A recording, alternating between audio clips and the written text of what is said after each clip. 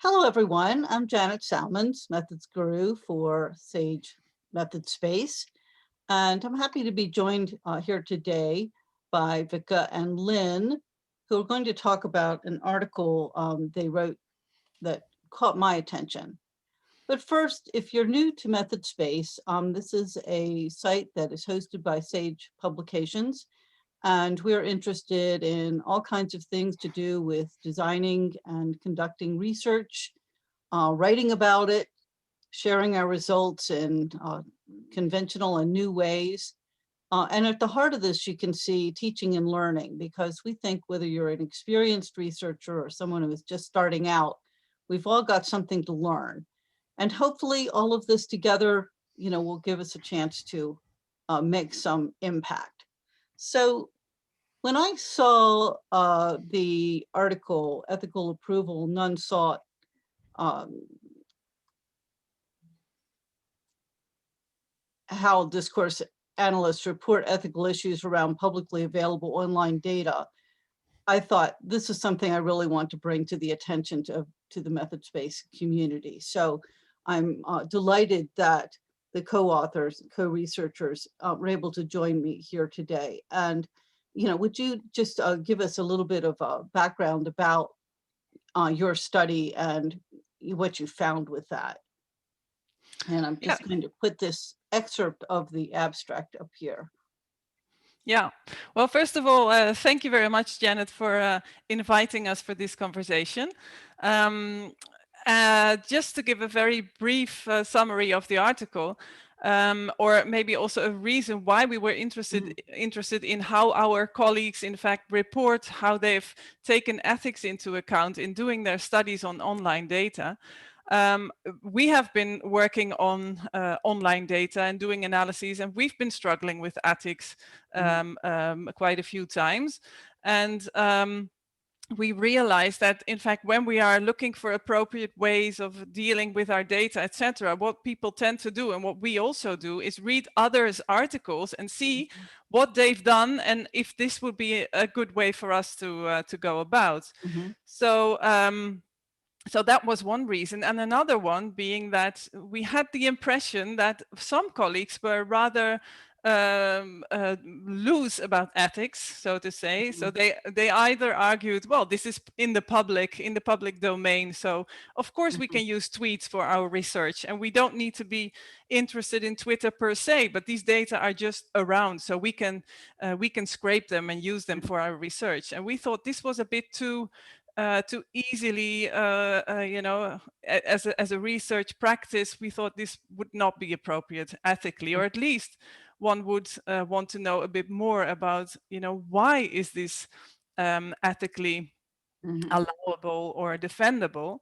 And so we decided to have a look at recent articles published between January 2017 and February 2020. We included 13 discourse analysis journals, because that's the field where we are positioned roughly. And we looked up every single article on online data and checked and included the article in our data set and checked whether and how ethics were reported, if it was anything more than the data were public or something like that. So that's as a mere statement, we didn't think was an actual discussion of ethics. And then quite strikingly, in 46%, so as you can see here, 58 out of 132 articles didn't pay attention to ethics or didn't report ethical considerations and decisions. So that was quite, well, maybe it was not unexpected, but we were still kind of surprised, because there has been quite a lot of attention and more debate about ethics, and there are regulations and guidelines, etc. But apparently this doesn't lead to researchers actually reflecting those considerations in their articles. Right, and so, when we think, I mean, given what I just introduced in terms of the ecosystem of method space, that I think, what you're talking about really ties in, across the board, because, someone designed this research, there was probably some kind of approval, whether you were a student researcher or an experienced researcher, someone is probably looking at this. And so they thought it was okay. So the researchers thought it was okay. The people overseeing it thought it was okay. But then the peer reviewers thought it was okay, and the editors thought it was okay. So, I think, there are some real complexities there that, I'd love to hear you talk a little bit more about some of the specifics that you described in your article about the kind of the different types that you found. Yeah. Yes, because that's what we did as a next step. So first we checked whether ethics were discussed or reported. Then we looked at which ethical aspects were actually discussed. And we also looked at how the data were quoted, because that's, in discourse analysis, one of the things we tend to do. We illustrate, or we base our analysis on actual data and fragments from our data set. So quotation is common practice. And how do you do that, given that quotes are very often retrievable through search engines? Right. Yeah, well, I mean, when I was reading that and thinking about, what I used to say to my doctoral students, and students when I was teaching, around the issue of plagiarism, I was kind of like, just as you can copy and paste something, like if I'm reading through and I'm like, this doesn't sound like the writing that the student has given me before, I can just put that right into the search engine and ding, it just pops right up. So, if you have a quote from someone that you did not get consent to use and stick it into a search engine, yeah. There's no anonymity there. No, exactly.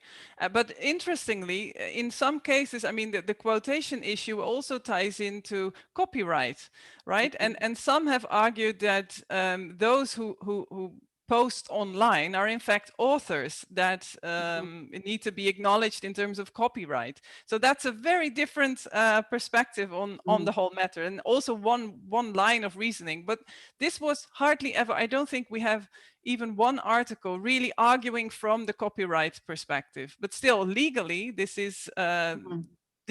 may be relevant.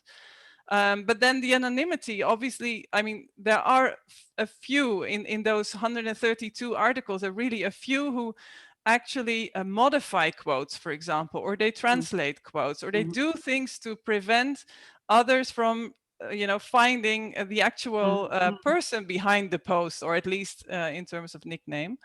But overwhelmingly, these posts online, whether it's Facebook or Twitter or a forum or a news comment, whatever, is seen as public. It's in the public domain, so anyone can use it. And yeah, from a research perspective, and especially qualitative research, where people have been trained to go for informed consent and to be very sensitive about dealing with participants, this is not, at least in discourse analysis, it's not common practice. Right. So yeah, and your point about if we're taking the stance that people who post are authors and this is their writing, then we have, through our APA or MLA or whatever style you're using, we have a way of quoting electronic media. So we could cite those people, which of course would not be anonymous, but would at least recognize that this is someone else's writing. So it seemed like that in some cases might be an appropriate way of going about it. And I shared with you this continuum that I've used in my writing, where kind of saying, well, if one of the things that I thought was interesting about what you found in your article, is how people define public and private, because to me, something like Facebook, where you need to be a member, you need to register and sign in. It is not open to just anyone on the internet. You have to actually, if you're not a member, you can't read it. To me, that, is different than, say, comments that someone might make, like, let's say on a newspaper website where, you can just make a comment. There's no login required. Anybody on the internet can read it. It seems to me that there's a little bit of a, differentiation there. Yeah. Well, that's also, we found that there are definitely authors or researchers who take those issues into account. So we found one a study, for example, where blogs were analyzed and also responses or comments to blogs. And then the writers were actually approached to give consent for the study, and those who commented were not, because those were thought as, the analysis is less tied to them as persons, or I can't remember the exact reasoning, but something along those lines. And obviously also there are, Twitter, for example, tends to be seen as more public than Facebook, or that's definitely the case, but still there are many exceptions to those. So this general continuum that you're showing here is not commonly adopted, so to say, or probably people are not aware of it. At the same time, we also think that, there are various other ethical aspects that are not reflected in the continuum. So let me see. So for example, users' expectations, those might also be relevant to consider, or freedom of choice to be included in the data set or not, but also the terms and conditions of websites or forums or platforms, possible harm. And what we thought was very important and hardly ever discussed was the importance of the research. So what are you trying to achieve with the study, other than analyzing discourse or language use? But how is this particular research going to, contribute to something, to society or to science or whatever? And I think we're not used to actually arguing why our research is important. Maybe that's something we need to pay more attention to. But it's kind of the ethical position of, does the end justify the means? To say my research is so important that, whether there is potential harm for you or not, too bad, because my research takes priority, and to not have to even, justify that in some way, or to that it would not be important enough that you would even discuss it in an article, calls a question, I think. Yeah, talk a little bit more about the point about the user expectations and, the perspective of users, even having some knowledge that the things they're posting might, find their way into somebody's data set. Yeah. Well, I can't I don't have it here in front of me. I can't remember how often this ethical aspect was mentioned in the 133 articles we analyzed. But in any case, we and in the discussion of our article, we refer to a review, a systematic review by Golder and colleagues, about what we know already of what actual users of social media or online media think about their data being used for research purposes. And this was very informative to us. And we wondered, why are we as a research community not interacting more with those users and actually asking them and discussing with them, what do you think is allowable, is permitted or ethical, or and we are in this very moment also doing a kind of a side study to try to elicit participants' opinions about the use of online data for research purposes in various on various platforms. So on Reddit, in a Facebook group, through Twitter or a particular Twitter account, and also on Instagram, even though it's a bit harder on Twitter and Instagram to find the right account or hashtag or whatever. But yeah, maybe Lynn, would you like to say a little bit more about that, because you've been active in this study? Yes, it was very informative up until now. We've set it out on Reddit and on in a Facebook group, on a subreddit, and in a Facebook group of Dutch users. And the responses were actually quite interesting, because many users at first didn't really understand why this would even be a problem. Like, it's public, so who cares? Which is of course interesting to us, because we've written this article and we as a research community are very, I think, thinking about this, and maybe also strict to each other, like, oh, you can't do that, that's unethical. But it was also interesting to see, because what we wanted to elicit was users discussing it among themselves without us steering them into thinking this was a problem.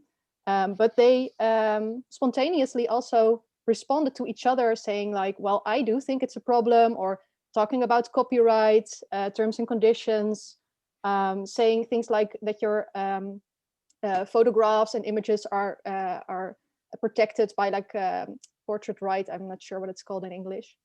And also someone mentioning that she was worried about her son actually sharing things online, and he doesn't really understand that it's public. So Right. in the end, users also have a lot of ideas about this. And I think it's also very interesting, because we first looked at the research community, and then when you ask users, you see like the concerns are quite different. They were also quite concerned, for example, about the value of the research, and also, how do you call it, controleerbaarheid, the that you can verify that the data is real.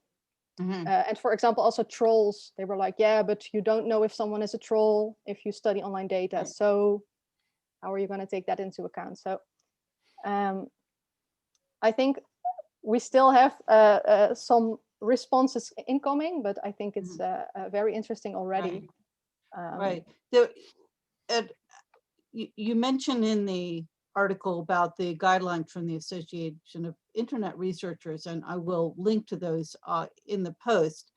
But I remember a conversation that just stuck with me at a previous AOIR conference I attended, where people were talking about, well, you know, as you say, you know, so-and-so worried about their son because he doesn't understand that, you know, people may be, you know, using what they've posted, and saying, well, you know, there's kind of a digital literacy component here. So if we as researchers are using posted material without consent or permission of any kind, you know, are we taking advantage of people who, you know, just don't realize, you know, don't have the level of digital literacy to understand the level of access and the ways that what they're posting could be used? And, you know, that, you know, I think, you know, in your article, you talk about, you know, vulnerable populations. And in some ways, I think, you know, people who lack, you know, that, I mean, some people may be like, yeah, I know, and I'm going to post because, you know, it's fine with me if people use because I'm putting it out there, and I don't, it's not about something sensitive, and I don't care. But for other people who maybe, you know, are posting things that, you know, they wouldn't really be happy to know that it's appearing in someone's data set, but they're just not, you know what I mean? They don't have the background knowledge to realize that is Yeah, what's happening. definitely. And I also think that's why it's very interesting to study different platforms and all the variables that are there, because you have, of course, Facebook. We talk about it as if it is one space, like it's public or it's private, but there's, of course, there a continuum as well, with groups or posting only for friends, posting publicly.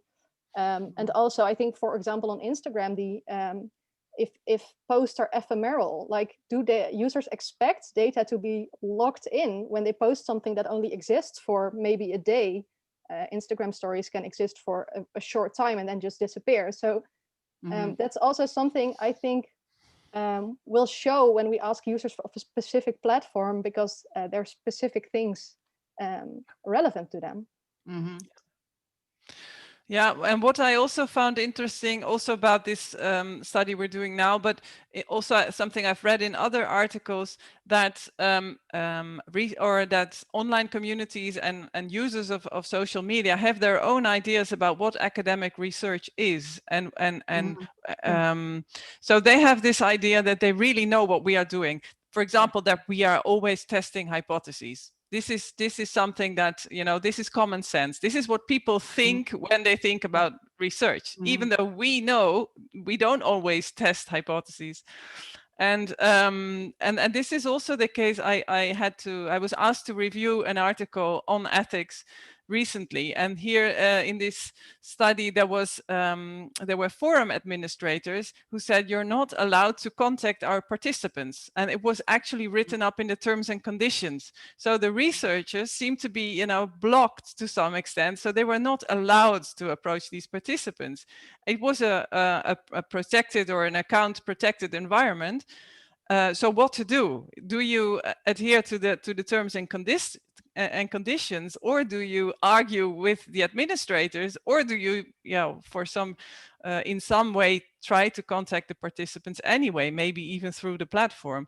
I mean, these are really challenges that, I mean, are quite complex, and they require quite a bit of time and thinking and reading. And I really think that's a reason that many people don't pay attention to it, because it's a web of interests and sometimes also conflicting concerns.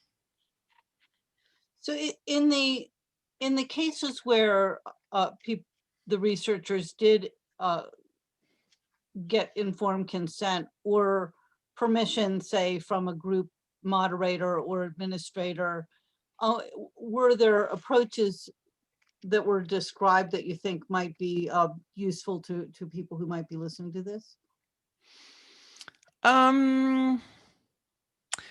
Approaches of contacting, well, it very much depends on the platform and the ways you are able to contact participants, because on Facebook or on Twitter you can send direct messages, even though I don't think we encountered any case of direct messaging asking for informed consent, even if this is a possible channel, right? It's there. Let me think. Can you think of any particular example, Lynn, of how they contacted participants? Yeah, I think mostly like through group administrators and moderators, they asked, of course, permission from them to post something, but then also you could combine that with using an opt-in or an opt-out. So like really making the group aware of what you are saying now is going to be studied. And also like, that's of course the difference between platforms. If you approach a blogger, that's just someone who probably has their contact info on their blog, or who you can send a message through their blog. So in those cases, it's more like sending an email. So it's very, it differs a lot. But in our data set of 132, there were only 8 articles in which informed consent was asked. And usually the reason not to was that it's difficult to reach participants. So you might not have an email address, or you know, that kind of practical difficulty. But also obviously that it was irrelevant because the data were public, or that it may impact behaviors, which is also something that researchers wanted to avoid. Right, the researcher effect. Yeah, exactly. And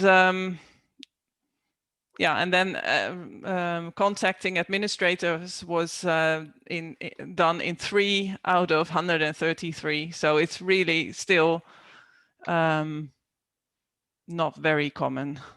Right. Another point I would, like you to talk a little bit more about is, for people who are using, say, existing data sets. So, rather than going and collecting the stuff themselves, here's someone else has already collected it for some purpose. So big data or, other kinds of data sets and some of the issues around that. Well, I think in our corpus, we had 3 articles in which an existing data set was used.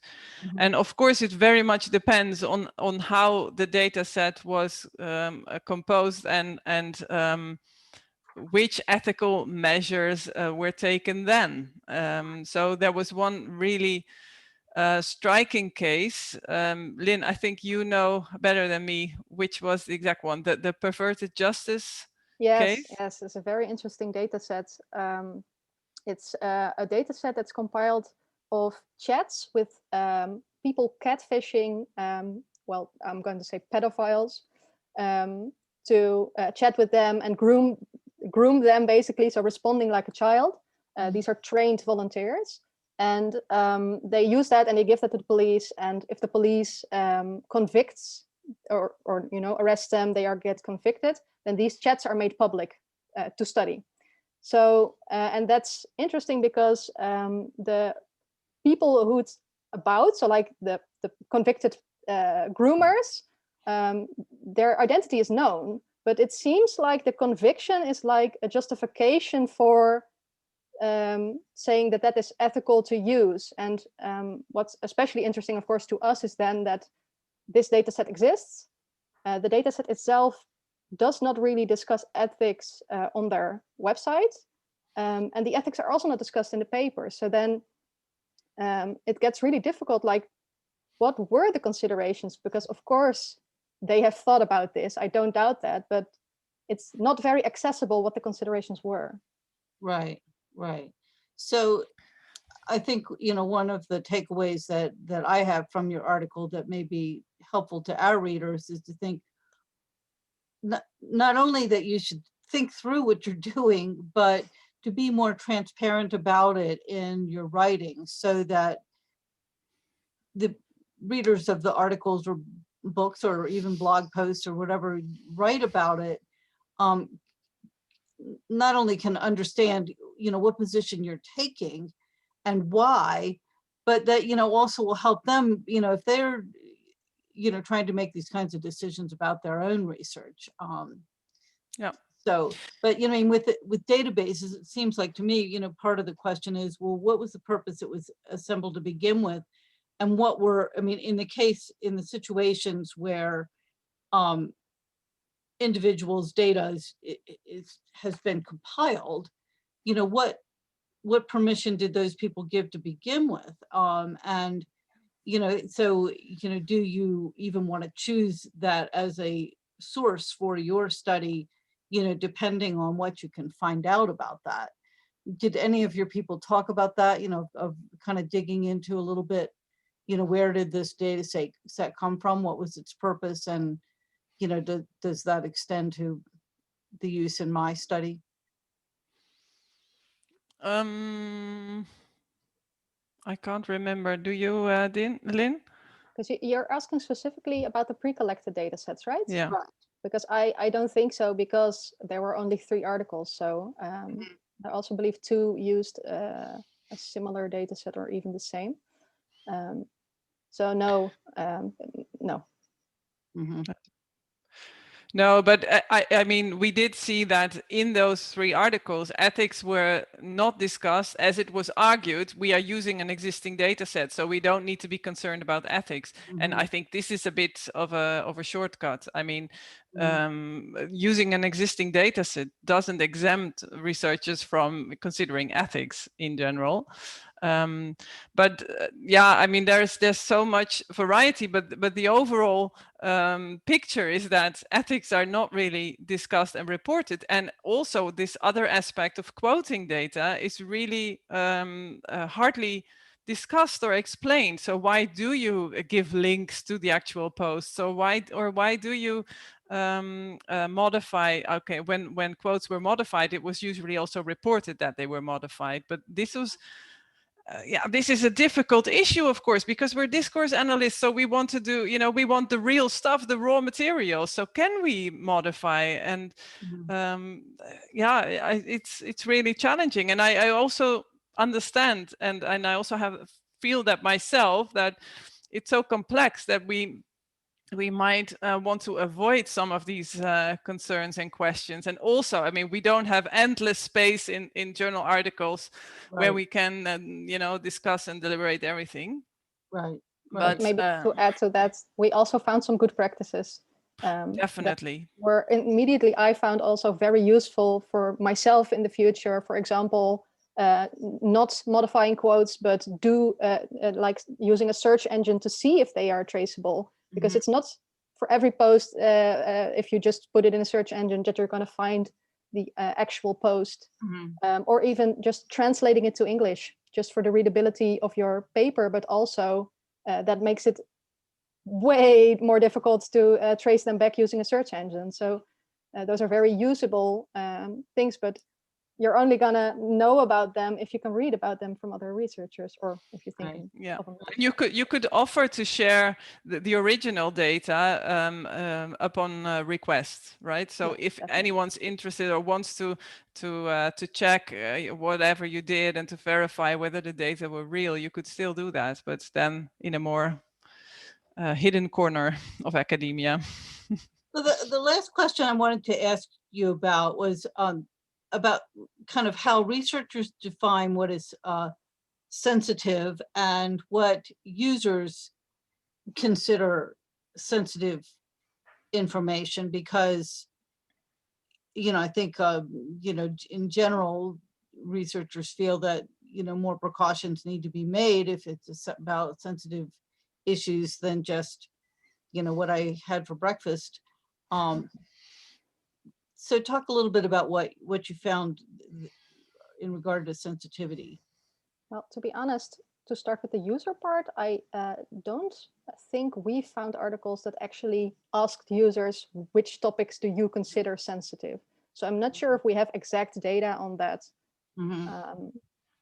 But I think as researchers, we looked at articles to also see, like, do they discuss sensitive topics and vulnerable groups? That's of course only relevant if they actually research something that's sensitive or a vulnerable, could possibly be conceived as a vulnerable group. So that's also something we looked at ourselves. So would I consider this? And often things like in the public health domain, things like cancer support groups or mental health issues, that could be public, like tweets about depression, I want to commit suicide, stuff like that. But also, yeah, sex work, like the obvious taboo subjects come to mind. And then there's, of course, and I think that's maybe also something interesting Wieke thought about for her own work, is there's of course also a gradient in what's sensitive and where do you draw the line if it's not a taboo subject, but you do feel like this could be sensitive. Yeah. Well, yeah, and well, one other example is hate speech, for example. If you analyze or research hate speech, the participants might be vulnerable, or it might harm them if their hate speech, which was, you know, more or less intentionally put online, ends up in a research article. So there's of course different types of harm. There could be legal consequences. So that's also a type of harm or sensitivity that you might not immediately think of, but yeah.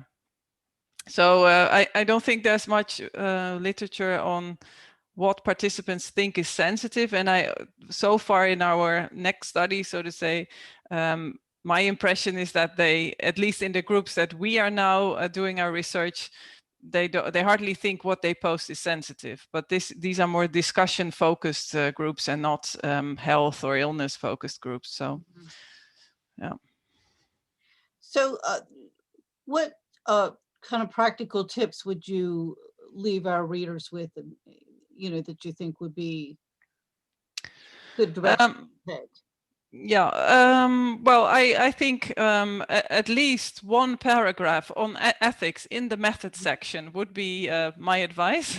And in the ideal case, obviously, consider ethics before you actually start collecting data, because often I suppose researchers are only starting to think about it once they write up their articles, and that's a bit too late. So if it's possible, then start thinking about it very soon in the process of doing research, and also consider and accept that it might not be possible ethically to use certain data. I mean, this should be a possible outcome, even though there are obviously many ways to argue that you can use certain data, but it should be possible to conclude, no, this is not possible. And I would also like to read more about that. And because I think we only saw 2 cases where very on very specific points, the authors argued, no, we did not include this, or we didn't research that because it was unethical, or we think it's unethical.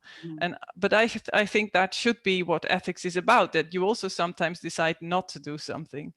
Right. So by thinking about these issues at the design stage, when you are kind of defining your inclusion and exclusion criteria, that, you know, you then don't end up with a situation where you've collected a whole lot of data and then you're thinking like, you know, this is not, you know, this is a little dicey, but I'm going to have to go ahead because I've got to get this thing done. And, you know, I just hope for the best. You know, you mentioned in your article about, you know, as we noted before, the Association of Internet Researchers guidelines, and I know that, you know, there are a number of professional societies, discipline-oriented societies that have specific discipline, you know, focused guidelines, say for psychology, sociology, education, business. So, you know, I always encourage people to not only look at the Association of Internet Researchers guidelines, but also look in your own field and see whether there are some, you know, some guidelines that will, you know, bring into focus some of the particular issues that may be different in the line of study that you do. Yeah, well, in that regard, I think probably the guidelines and regulations in the social sciences are a bit more advanced compared to the humanities, because in the humanities, studying language and linguistics generally doesn't consider the participants that much. So, and this is that's also why discourse analysis is an interesting field, because it kind of, it's, you could say, interdisciplinary, or it's done in various areas of academia, but at least we both work at the Faculty of Arts, and in our environment, it's not. I mean, ethics have only begun to play a larger part relatively recently. And especially, we also discuss this with our own ethics committee. They are still looking for the right procedures. And also something we found in the articles is that review boards sometimes say this is exempt from review because it doesn't, whatever, it doesn't really involve participants, for example. Okay. So it's not necessarily the case that regulations or review boards are always very experienced in kind of considering specifically online data for research purposes. Right. Well, and one of the things that I liked in the newest version of the AOIR guidelines is the suggestion to talk with other people, you know, talk with other researchers. So if you don't have the answers and your review board or your dissertation or thesis supervisor is not experienced, well, find others who are, you know, look at literature that you feel, hey, you know, this person really did it right. Don't be afraid to contact that researcher. I mean, you know, because researchers are really happy to hear that someone is reading their work. And, you know, if you say, well, gee, I like, you know, the way that you approach this, here's what I'm trying to do, you know, I would appreciate some insight. You know, talk with one another as kind of as we are doing here, and try to think it through, particularly, you know, at the design stage, you know, or say, you know, maybe when you begin data collection and you start to realize that, you know, maybe it's a little, you know, there are more gray areas than you were anticipating, you know, rather than just, you know, blundering forth, you know, to, you know, try to get some insights. And you mentioned in your article, but the idea of, getting insights from users. So, if say, for example, if I were studying youth, well, I'm not a youth, so, but, what do, get some perspectives from people who are in the demographic group that you're researching, even if they aren't, the exact people making the post. If you're studying, working mothers or, whatever the population might be, try to, say, here's what I'm thinking. How would you feel about this if these were your posts? And, Yeah. what would you suggest? And try to get some, some other voices into your decision making, which of course, takes time. And, so this is why I think, we're all encouraging, think about this in advance rather than, when you're already, the clock is ticking and you're trying to, get something done. Yeah. Yes, and then, I mean, that's also a point we make in our article in the discussion, that there's also a role for journal editors. I Yes. mean, they can also encourage discussion of ethics, and because, I mean, the fact that it's not discussed in the articles or not reported doesn't mean people haven't thought about it, but it's just going to be more transparent if we actually report it, because it, then we know, okay, how are you reasoning? That's makes sense or not, or yeah, I think I hope that if we or reviewer ask the question. Yeah, it doesn't, reviewers don't always ask the question, interestingly. No.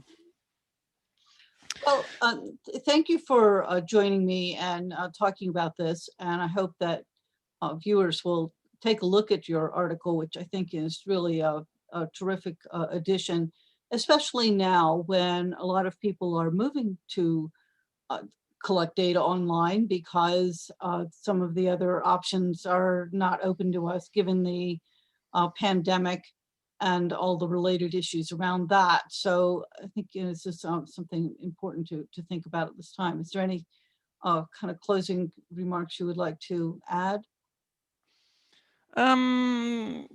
No, I would just encourage everyone to not be scared about ethics and to really go for it, and let's have that discussion. And even we are not, I mean, that should not be taken from this conversation that we think all of this research should not be done or anything, not at all, but we should just be more open about how and why and etc.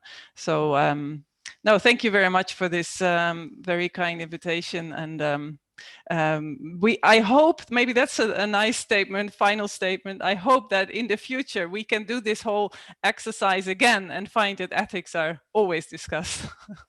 Yes, right. Okay, thank you very much.